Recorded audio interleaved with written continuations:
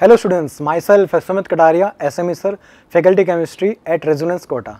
सो देखिए आज मैं आपके सामने लेके आया हूँ केमिस्ट्री का, physical chemistry as well as inorganic chemistry का सॉल्यूशंस शिफ्ट 2 के लिए। सो देखते क्वेश्चंस कैसे आ रखे हैं, उनका लेवल क्या था क्वेश्चंस का और उनके आंसर्स आपको कैसे अप्रोच करने थे। सो ध्यान दीजिएगा, वन बाय वन करके हम आगे मूव करते हैं। सो पहली बात करते हैं अपन फर्स्ट क्वेश्चन की। क्वेश्चन क्या अपने पास, among the following compound how many are paramagnetic in nature. कितने कंपाउंड्स पैरामैग्नेटिक हैं? What is paramagnetic? The compound having unpaired electrons. अगर आपके कंपाउंड में कोई ऐसा एलिमेंट है जिसके पास अनपेड इलेक्ट्रॉन्स हो सकते हैं तो उसका आप बोलेंगे that will be paramagnetic compound. देख लेते हैं कौन से कंपाउंड्स हैं अपने पास। So we have K2O in the list. कुछ ऑक्साइड्स गिवन आपके पास, सिंपल कुछ एस ब्लॉक के ऑक्साइड्स गिवन है। Then we have some D block oxides as well, MnO and ZnO. अब zinc 2 plus is a typical D10 configuration, तो इसमें कोई उम्मीद है नहीं कि आप इसको पैरामैग्नेटिक बोल के कुछ इसका कलर शो करेंगे, ऐसा कुछ इसमें पॉसिबिलिटी नहीं है। So it is diamagnetic. Mn2 plus बात करें तो इसमें क्या रहेगा, Mn2 प्लस है अपने पास, yes, and Mn2 plus is what, 3d5 4s0. So yes, we have 5 unpaired electrons in this molecule. इसमें अपने पास 5 unpaired electrons है, तो इसमें yes, this is a paramagnetic compound. और ऑक्सीजन अगर आप चेक करोगे भी तो oxide is a weak field ligand, तो वीक फील्ड लिगेंड के अंदर ऑब्वियसली ये पैरामैग्नेटिक ही रहेगा और इसका क्या हो जाएगा, it will be paramagnetic having 5 unpaired electrons. तो सिंपल सा आंसर था इसका, then the option will be paramagnetic is MnO, so it will be 1. बाकी सिंपल ऑक्साइड्स आपके this will be colourless as well as diamagnetic compounds. So next question की तरफ move करते हैं. ये इसका सोल्यूशन रहा आपके पास, each and every compound. A metal ion M3+ have Ar3d5 configuration. कोई आपके पास मेटल आयन गिवन है, उसका आपके पास कॉन्फ़िगरेशन गिवन है क्या, आर्गन 3d5. अब आर्गन क्या होता है अपने पास, 18 + 5 व्हाट, कितना, 23. तो पूछता है भैया 23 इलेक्ट्रॉन्स किसके अंदर पाए जाएंगे, किसके अंदर आपके पास 23 इलेक्ट्रॉन्स पाए जाएंगे, ये पूछा आपसे. अरे सिंपल सवाल है यार, एक तो M3+ होना चाहिए, यानी कि Fe+3, cobalt +3, chromium +3 and Mn+3. अब खुद बता दो भैया, अब खुद ही बोल दो इसमें क्या है, इसमें क्या दिक्कत है. Fe what is Fe? Fe is 26. 26 means 3d6 4s2, 3d6 4s2 और आपको 3 इलेक्ट्रॉन्स निकाल देने हैं. 2 निकालिए, s से 1 निकालिए, इसमें से बचेगा 5, 3d5. मेरा आंसर खत्म, बाकी ऑप्शन चेक ही नहीं करने. सो आपको आर्गन 3d5 आ जाएगा due to Fe3+ metal ion, और 26 थे, 3 निकाले 23 आ जाएंगे. Again a simple question from coordination compounds. ये इसका सॉल्यूशंस है, आप चेक कर सकते हैं. नेक्स्ट क्वेश्चन की बात करते हैं. काफी बढ़िया क्वेश्चन है ये अपने पास, पी ब्लॉक केमिस्ट्री से, ग्रुप 15 एलिमेंट से. ध्यान देना यार. Which one of the following oxides of nitrogen does not have NN bond. NCERT में कॉलम गिवन है पूरा टेबल के फॉर्म में, वहां पे N2O, NO2, N2O4, N2O3, N2O5 सबके स्ट्रक्चर्स बना रखे हैं और प्रॉपर्टीज भी लिख रखी है. काफी इंपॉर्टेंट रहता है अपने पास, बच्चे करते भी हैं, आसान सवाल था उनके लिए ये वाला. तो एक बार आप ध्यान दे लीजिए कैसे अप्रोच करना अपने को. किसके अंदर NN बॉन्ड नहीं होगा, does not have NN bond नहीं होगा, ये पूछा आपसे, ध्यान देना यार. तो आप ऑप्शन चेक कर लीजिए. बात करें पहले N2O4 की. सो N2O4 कैसे बनाएंगे सर, N2O4 मुश्किल नहीं है. यहां अगर आपका एक N है मान लीजिए, यहां एक N है मान लीजिए, तो यहां double bond O- formal charge plus, double bond O- formal charge plus. This is a typical N2O4. इसमें तो NN बॉन्ड है, अगर है तो ये मेरा आंसर नहीं है. N2O, तो ये मेरा आंसर नहीं है. बात करूं N2O के बारे में, सो N2O is again a typical molecule, मुश्किल नहीं है, नॉर्मल मॉलिक्यूल है अपने पास. कुछ इस तरीके से इसका आप रेजोनेटिंग स्ट्रक्चर्स बनाते हैं, इजी मॉलिक्यूल है. NN बॉन्ड आ रहा है, अगेन मेरा आंसर नहीं है. N2O3 काफी इंपॉर्टेंट कंपाउंड है वाला, आंसर हो ना हो लेकिन ये कंपाउंड अपने आप में बेहद इंपॉर्टेंट है. N2O3 देखना आप क्यों इंपॉर्टेंट है वाला. N2O3 will be like this, NO 1 2 3, सो 1 2 3 4 5, 1 2 3 4 5। ये एक स्ट्रक्चर है N2O3 का, ये N2O3 का one of the possible structures है। एक और स्ट्रक्चर पॉसिबल N2O3 का, दैट इज ये फर्स्ट है,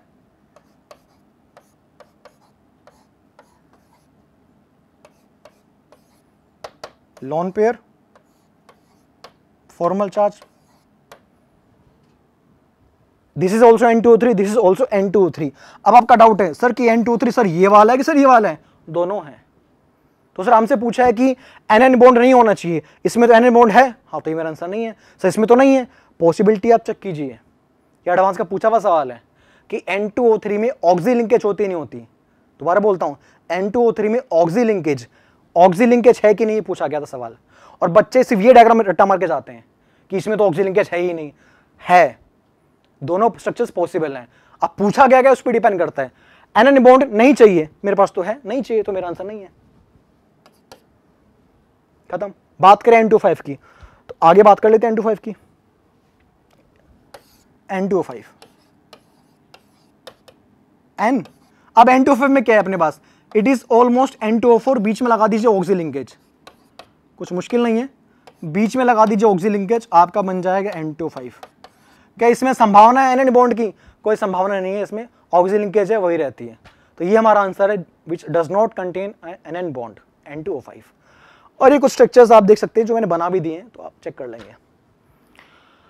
तो मेरा आंसर क्या हो जाएगा? Does not have means N2O5। I hope आपको इस क्वेश्चन से काफी अच्छा जानकारी मिली होगी, काफी अच्छी इंफॉर्मेशन आपको यहां से मिली होगी। आगे बढ़े, चलिए क्वेश्चन नंबर 4 फ्रॉम मेटलर्जी। काफी आसान सवाल है, पूछा गया अपने पास कैलामाइन मेलाशाइट कौन सी और है अपने पास? कैलामाइन और मेलाशाइट सिंपल फॉर्मूलेज होते हैं अपने पास, कॉपर और जिंक की ओर होती हैं अपने पास। This is a typical malachite and calamine. Carbonate ore है दोनों, both the ores are carbonate ores, both the ores are carbonate. तो ये वाली बात आपको पता होनी चाहिए कि कैलामाइन जिंक की ओर है और मेलाशाइट कॉपर की ओर है। सिंपल कंपाउंड था, सिंपल पहली क्लास वाले से आपका आंसर आ जाएगा, ये पहली क्लास ऑफ मेटलर्जी से आपका ये वाला आंसर आ जाएगा। सो अगेन नेक्स्ट, ये क्वेश्चन देख लीजिए एक बार ध्यान से आप, इसमें क्या गिवन है? Which of the following metal ion have magnetic moment 3.78 Bohr magneton. किसकी वैल्यू, किसकी म्यू स्पिन ओनली की वैल्यू 3.87 रहेगी बोहर मैग्नेटॉन। अच्छी बात है भैया। तो what is mu spin only का फॉर्मूला? √n × n+2। तो सर मैं क्या करूंगा, मैं इस वैल्यू को इसके थ्रू इक्वेट कर दूंगा, इसका स्क्वायर करके n निकाल लूंगा। इतना नहीं करना होता भाई कि आप इक्वेट कर रहे हैं, स्क्वायर करके n निकाल रहे हैं, तो टाइम खत्म हो जाएगा ना, इतना टाइम थोड़ी ना आपके पास। डेसिमल से पहले क्या वैल्यू आ रही है सर? 3 आ रही है, तो जो वैल्यू डेसिमल से पहले आ रही है ना वो आपका n है। n कितना है? 3। जो वैल्यू डेसिमल से पहले आ रही है वो आपका n है।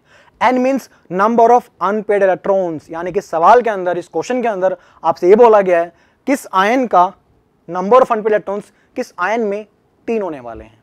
देख लीजिए आपके पास कोबाल्ट 3+, Mn2+, वेनेडियम 3+, क्रोमियम 3+। अब इन सब के कन्फिगरेशंस लिख लीजिए, आपका आंसर आ जाएगा। तो ये इनके कन्फिगरेशंस है अपने पास, cobalt, Mn, vanadium, chromium. So chromium 3+ is 3d, 3 हो जाएगा, यस। और 3 इलेक्ट्रॉन्स आने से आपके पास अनपेड, तो ये मेरा आंसर हो जाएगा 4th वाला, that is chromium 3+। Again simple question, काफी इजी पेपर आ रखे हैं, इतना मुश्किल सवाल नहीं आ रखे हैं इस पेपर के अंदर। अगला सवाल है, ये थोड़ा बेटर सवाल है, MOT का सवाल है। MOT तो मैं आपको वैसे भी कहता था कि MOT काफी इंपॉर्टेंट है क्लास के लिए, एग्जाम्स के लिए। MOT अगर हो सकती है वो ऑक्सीजन की पूछ लेगा, सुपर ऑक्साइड, पर ऑक्साइड, किसी की MOT आपसे पूछी जा सकती है। पर इस बार उसने पूछ ली बोरोन के बारे में, अक्सर पूछता नहीं है वो, लेकिन पूछ लिया उसने। आसान सवाल है, चेक कर लेते हैं एक बार कि मैग्नेटिक मोमेंट अगेन स्पिन वाला of B2+ is dash into 10⁻² Bohr magneton, और आपके पास कुछ वैल्यूज भी गिवन है। So what is B2? B2 means 10 electrons, 10 electron भरने हैं मुझे, भर दूंगा, पर मुझे B2 नहीं चाहिए, मुझे B2+ चाहिए। तो 10 नहीं चाहिए, मुझे चाहिए 9 इलेक्ट्रॉन्स। सो मुझे MOT के ऑर्बिटल्स के अंदर 9 इलेक्ट्रॉन्स की फिलिंग करनी है, और जब मैं फिलिंग करूंगा तो मुझे दिख जाएगा कि it contains 1 unpaired electrons. Filling आप कर सकते हैं। फिलिंग करने में कुछ ऐसा आपके सामने पिक्चर आ जाएगी, देख लीजिए। सिग्मा 1s 2 4 6 8 और एक 9, दिस इज अनपेड। कितने अनपेड है? Unpaired is 1। अगर n1 है तो what is mu? Under root n into n plus 2 which is nothing but 1.73 Bohr magnetron. Again काफ़ी इजी सवाल है। अब ये सवाल आप एमओटी से बोलेंगे, ये सवाल आप एटॉमिक के कन्फिग्रेशन से बोलेंगे। सवाल थोड़ा सा अच्छा था, मिक्स सवाल था कि आपसे एमओटी के थ्रू आपसे ये वाली वैल्यूज भी पूछ ली कि what is the value off spin only magnetic moment. तो ये क्वेश्चन थोड़ा अच्छा सवाल था, ये वाला डिफिकल्ट सवाल था।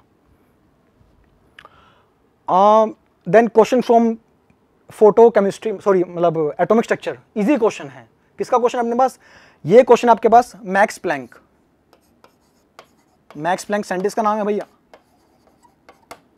तो मैक्स प्लैंक का दिया गया थ्योरी, उस थ्योरी का, दैट इज क्वांटम इफेक्ट की बात कर रहा हूं मैं। क्वांटम में आप पढ़ते हैं ना अपने पास E बराबर h न्यू वाला फॉर्मूला, सिंपल फॉर्मूला आप पढ़ते हो पहली क्लास में जो पढ़ते हैं अपन एटॉमिक की, वो है अपने पास।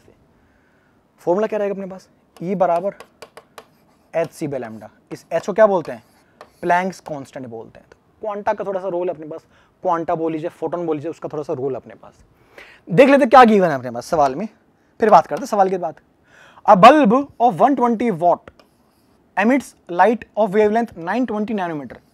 एक बल्ब है, उसकी पावर गिवन है 120 वोट का बल्ब है, और वो आपके पास इतनी वेवलेंथ के थ्रू लाइट एमिशन कर रहा है। The number of photons emitted by the bulb per second, हर एक सेकंड में कितने फोटोन्स मिल सकते हैं आपको, is this into 10⁻20। Then value of x is, again simple सवाल है, शीट का सवाल है अपने पास, नोट्स का सवाल है आपका। ये क्या रहेगा अपने पास? एनर्जी रहेगा अपने पास power into time. What is power? Sir मुझे गिवन है 120 वाट, टाइम इज सेकंड, देख लीजिए 120 जूल्स। सो थ्रू पावर आपने easily, power is 120 watt, that is joule per second, so easily आप वहां से एनर्जी निकाल सकते हैं। एनर्जी बराबर P इंटू टी, पर सेकंड की बात की गई थी, सो 1 सेकंड में काउंट किया जाएगा आपको। So energy is 120 joules. अब एनर्जी आ चुकी है, आपसे नंबर ऑफ फोटोन्स पूछे। ये किसकी एनर्जी है? ये एनर्जी है एक फोटोन की। तो सर n फोटोन्स के लिए एनर्जी क्या हो जाएगी? Energy of n photons is nothing but n hc by lambda. ये हो जाएगा। ये पता है? हाँ सर पता है मुझे, कितना है? 120। तो 120, n निकालना है, h मुझे पता है, c मुझे पता है, और लैम्डा तो मुझे पता है 920 नैनोमीटर। नैनोमीटर मीन्स 10 की पावर -9 मीटर। आप वैल्यूज पुट कर रहे होंगे, कैलकुलेशंस का ध्यान रखेंगे तो आपका आंसर आसानी से आ सकता है। और कुछ कैलकुलेशंस इस तरीके से होने वाली हैं और आपका आंसर लगभग 5.5 आ जाएगा, राउंडिंग ऑफ टू 6। तो आप इसका आंसर 6 रिपोर्ट कर रहे होंगे एग्जाम के अंदर, ठीक है। तो ये था अपने पास क्वेश्चन एटॉमिक स्ट्रक्चर का। तो next question from group 16, group 16 का क्वेश्चन है अपने पास H2O2 के बारे में। अब H2O2 means hydrogen peroxide. H2O2 की खास बात है कि it is both oxidising and reducing. H2O2 दोनों काम कर सकता है, ऑक्सीडाइजिंग एजेंट भी है, रिड्यूसिंग एजेंट भी है। कैसे सर? ये दोनों काम कैसे करेगा सर? अगर आप ध्यान देंगे तो बता दूंगा भाई कि मेरे पास H2O2 है, इसमें ऑक्सीजन -1 स्टेट में है। अगर ये मूव करता है वाटर के अंदर तो -2 बनाएगा, क्या हो गया? रिड्यूस। अगर ये मूव करता है O2 के अंदर क्या आ जाएगा? 0। तो -1 से कहां गए आप? -1 से कहां गए आप? आप -1 से कहां गए? 0 में गए। This is oxidation. -1 से कहां गए? -2 में गया सर, दिस इज रिडक्शन। तो H2O2 दोनों काम कर सकता है। It is oxidising agent also and reducing agent also, और दोनों मीडियम में दोनों काम करता है। एसिडिक मीडियम में भी ऑक्सीडाइजिंग एजेंट है, रिड्यूसिंग एजेंट है। बेसिक मीडियम में भी रिड्यूसिंग एजेंट है, ऑक्सीडाइजिंग एजेंट है। डिपेंड करता है SRP कितना है, कितनी वैल्यूज गिवन आपके पास। अभी सवाल का देखते हैं आंसर क्या है अपने पास। तो H2O2 प्लस I2 in the basic medium आपके पास X फॉर्म करेगा। X क्या पूछा अपने पास? Simple I-, working as a reducing agent. I2 को रिड्यूस कर दिया किसमें? I- में। टिपिकल रिएक्शन है, स्टैंडर्ड रिएक्शन है, पता होती है बच्चों को। SRP से हम चेक भी कर सकते हैं इसकी, क्लियर है। लेकिन ये एक्स्ट्रा बात आपको पता होनी चाहिए अबाउट H2O2 की। पहले भी पूछा गया सवाल है, तो कोई नया सवाल नहीं था बच्चों के लिए। तो ये उसका सोल्यूशन रहेगा आपके पास। Then question number 9, for endothermic reaction which is correct graph. आपके पास कुछ ग्राफ्स गिवन है और पूछा है कि एंडोथर्मिक के लिए कौन सी बात सही हो जाएगी, एंडोथर्मिक रिएक्शन के लिए। तो एलन के वर्सेस टी का ग्राफ गिवन है, तो सिंपल ग्राफ्स गिवन आपके पास, तो चेक कर लेते एक बार। डेल्टा जी क्या हो जाएगा, delta H minus T delta S, yes. और इन द केमिकल इक्विलिब्रियम आप पढ़ते हैं कि डेल्टा जी क्या होता है, minus R T L N के बराबर delta H minus T delta S, ठीक है। ये आप पढ़ते हो, तो जो आप जानते हो वही लिख रहा हूँ मैं, कुछ नई बात नहीं लिख रहा हूँ, जो आप जानते हो वही बता रहा हूँ मैं आपको। तो मुझे चाहिए एल एन के, ठीक है, तो एल एन के यहाँ पे है, so L N K is equal to delta H upon R T, यहाँ माइनस आ जाएगा, यहाँ माइनस में प्लस हो जाएगा, T delta S upon R T. तो वैल्यू क्या आ रही सॉल्व करने के बाद, ये वैल्यू आएगी एल एन के, सो लॉन के बराबर minus delta H upon R T plus delta S upon R. एक बार चेक कर लीजिए आप आसानी से यहाँ तक पहुँच सकते हैं यूजिंग दिस इक्वेशन। कुछ नया काम नहीं किया, जो आप जानते हो वही मैंने काम किया है, उसी पे मैं एम्फसाइज कर रहा हूँ। एक बार आप ध्यान दे लीजिए, ये वाली बात थी। अब पूछा है कि भाई एल एन के वर्सेस 1/t का ग्राफ, आपसे पूछा एल एन के वर्सेस 1/t का ग्राफ, तो एल एन के ये रहा,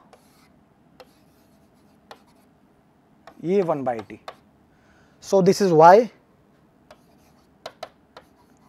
mx plus c, it should be a straight line.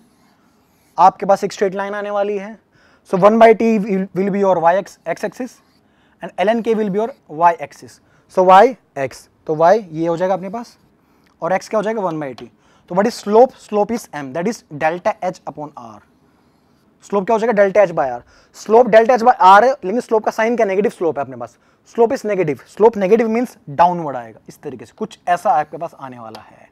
What is intercept, intercept is delta s upon r, तो डेल्टा s अपॉन r की वैल्यू क्या हो जाएगी, this is delta s upon r, this value, and slope is negative, तो वहां आपको मैंने diagram नीचे शो कर दिया, तो slope it means the slope is negative. So ln के वर्सेस 1/t का ग्राफ आपसे पूछा गया, it is not t, it is 1/t, ठीक है, इट इज 1/t, देख लीजिए आप। तो आपका सिंपल ये पहला वाला ऑप्शन आपका सही बैठ जाएगा, सिंपल सवाल है। एंडो के लिए पूछा गया था सवाल था, endo means delta H positive, delta H positive है तो उसको वैसे रहने देंगे, छेड़छाड़ नहीं करने वाले हैं।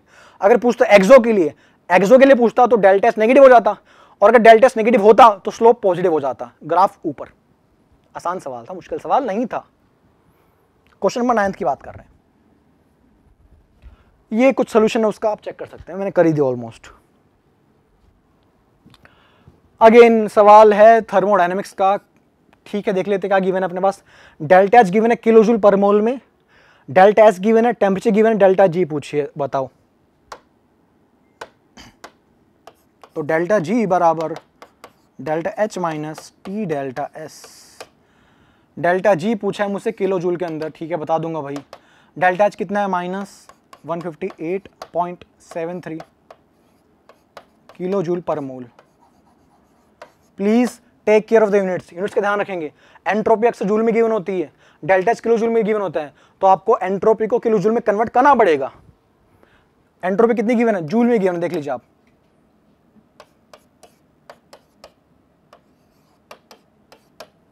तो इसको आप किस में कन्वर्ट कर लेंगे, इसको आप कन्वर्ट करेंगे किलो जूल के अंदर, ये भी किलो जूल, ये भी किलो जूल। आप वैल्यूज पुट कर देना टेम्परेचर की, आपका आंसर आ जाएगा और आप सॉल्व कर सकते हैं इजीली। तो कुछ इस प्रकार से आपका आंसर आ जाएगा, लगभग 141 के आसपास आपका आंसर बैठ रहा है इसका। तो आसान क्वेश्चन था, क्वेश्चन नंबर 10 था शायद आपका, यस। क्वेश्चन 11 की बात करते हैं, काफी सिंपल सवाल है क्वेश्चन 11 भी। क्या पूछा आपसे पूछा है दो कंपाउंड्स गिवन है, उन दोनों कंपाउंड्स में सिल्वर का ऑक्सीडेशन स्टेट का सम पूछा है आपसे। सवाल देख लीजिए आप, आपके पास गिवन है what is the sum of oxidation number of silver in this compound and this compound. इसमें सिल्वर का कितना ऑक्सीडेशन है सर जी? इसमें तो +1 हो जाएगा, बिकॉज अमोनिया तो न्यूट्रल होता है, CN होता है -1, अगेन Ag+ बन जाएगा, तो +1 +1 का सम कितना हो जाएगा? सम हो जाएगा 2, आंसर विल बी 2। इससे सिंपल सवाल तो आप क्या लोगे एग्जाम में? देख लीजिए, सिंपल कॉम्प्लेक्स अपने पास कोऑर्डिनेशन नंबर 2 के कॉम्प्लेक्स गिवन है। Again the question from the basic mole concept. Basic mole concept means पहली क्लास दूसरी क्लास ऑफ मोल कॉन्सेप्ट, जहां आप नंबर ऑफ एटम्स मॉलिक्यूल्स निकालना सीखते हैं। Number of atoms present in 8 gram of sodium atoms, sodium is x into 10⁻23, then value of x is. 8 gram sodium में कितने sodium के एटम्स प्रेजेंट होंगे आपसे पूछा गया है। यानी कि 8 ग्राम सोडियम का सैंपल गिवन है, 8 ग्राम सोडियम का सैंपल गिवन है, उसमें कितने एटम होंगे सोडियम के, ये पूछा गया आपसे। मोल निकाल लीजिए भैया, और क्या करेंगे अपने पास। What is mole? Given mass by molar mass. Mole आ गया, एक मोल में कितने एटम होते हैं? एन होते हैं, तो इंटू कर दीजिए एन, ये आपके आंसर आ गया, खत्म। This is the answer. एक मोल में कितने एटम्स होंगे? एन एटम्स होंगे, तो this is the total number of atoms of sodium. Done. Solve कर लेना बस, थोड़ा कैलकुलेशन था इसमें, कैलकुलेशंस कर लीजिएगा, आपका आंसर कुछ 2.08 आ जाएगा and the answer will be 2। Question number 13 from D block chemistry, NCERT का पेज गिवन आपके पास। डी ब्लॉक के अंदर एक टेबल गिवन है, एक्वस आयंस गिवन है, उनका कलर गिवन आपके पास कि Fe2+ का कलर, Fe3+ का कलर, कॉपर 2+ का कलर, क्रोमियम 3+ का कलर क्या होगा। तो कुछ कलर गिवन आपके पास, उसी टेबल से आपका सवाल पूछ लिया गया है कि Fe2+ का और Fe3+ आयन का एक्वस सॉल्यूशन में कलर क्या हो जाएगा। सो Fe2+ is typical green in colour and Fe3+ is yellowish in colour. NCERT based question है, इसमें ज्यादा दिमाग लगाना नहीं है, पता है तो आप टिक मार दोगे, बिल्कुल एनसीईआरटी टेबल से आपका छापा हुआ है डी ब्लॉक केमिस्ट्री से। तो इसका आंसर क्या हो जाएगा? ग्रीन और येलो, तो ग्रीन येलो, ऑप्शन 1 आप मार दीजिए। नेक्स्ट, तो देख लीजिए एनसीईआरटी गिवन है, पेज भी गिवन आपके पास, 222 नंबर पेज गिवन है डी ब्लॉक केमिस्ट्री में। अच्छा क्वेश्चन गिवन आपका ये फ्रॉम द कोऑर्डिनेशन कंपाउंड, काफी अच्छा क्वेश्चन गिवन है वाला। For an octahedral aqueous complex of a metal ion CFSE is this. आपके पास CFSE गिवन है कितनी? -0.8 डेल्टा O, अच्छी बात है। And spin only magnetic moment is 3.87, mu आपके पास गिवन है 3.87। इसका मतलब आपका जो नंबर ऑफ अनपेड रहेंगे वो कितने रहेंगे? इसका मतलब नंबर ऑफ अनपेड कितने रहेंगे? 3 रहेंगे। So this 3 will be the number of unpaired electrons.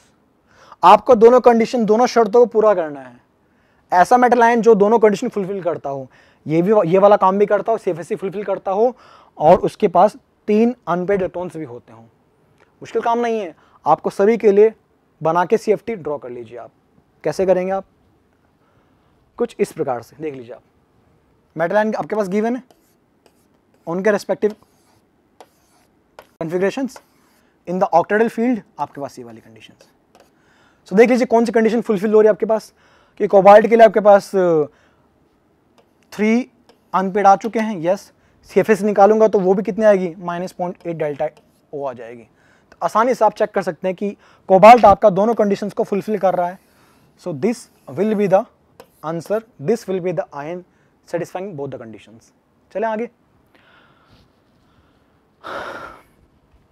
Last question है अपने पास, क्वेश्चन नंबर 15 की बात कर रहे हैं। सवाल देख लीजिएगा आप, केमिकल फॉर्मूला ऑफ फोर्जीन। अरे क्या ही सवाल पूछ लिया, COCl2 होता है। फोर्जीन मीन्स COCl2। बाकी ऑप्शंस तो बनाने वाले ऑप्शंस हैं, किसी काम के नहीं है। COCl2 किसी काम के नहीं है, आसान सवाल था। C=O Cl, this is your phosgene. Clear है? सो ये थे आपके पहले 15 क्वेश्चंस जो हमको मिल पाए थे बच्चों के मेमोरी बेस्ड क्वेश्चंस के थ्रू। आई होप आपको इनका आंसर्स मिल गए होंगे, आपने आंसर्स चेक कर लिए होंगे। सो जल्द मिलते हैं एनालिसिस के साथ। So all the best, thank you.